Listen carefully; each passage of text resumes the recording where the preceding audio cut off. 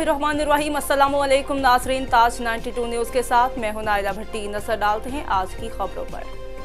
टंडू अलायार से district bureau chief Tariq Hamid Abbasi की खबर शामिल करते हैं। चंबड़ की GRHC अस्पताल के मुलाजमीन रिस्क अलाउंस के लिए मुसलसल 9 रोज़ भी डॉक्टर्स और पैरामेडिकल स्टाफ एहतजाजी मुजाहरा जारी।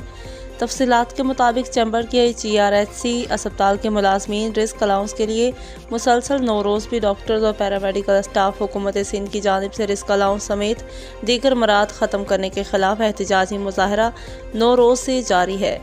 इस सिलसिला में डॉक्टर दिलदार हुसैन मुगल, डॉक्टर जुल्फ़िकार समो, शकील अहमद लिगारी, रशीद खासखेली समेत दीगर रहनुमाओं की क़यादत में एहतजाजी मुजाहरा किया गया।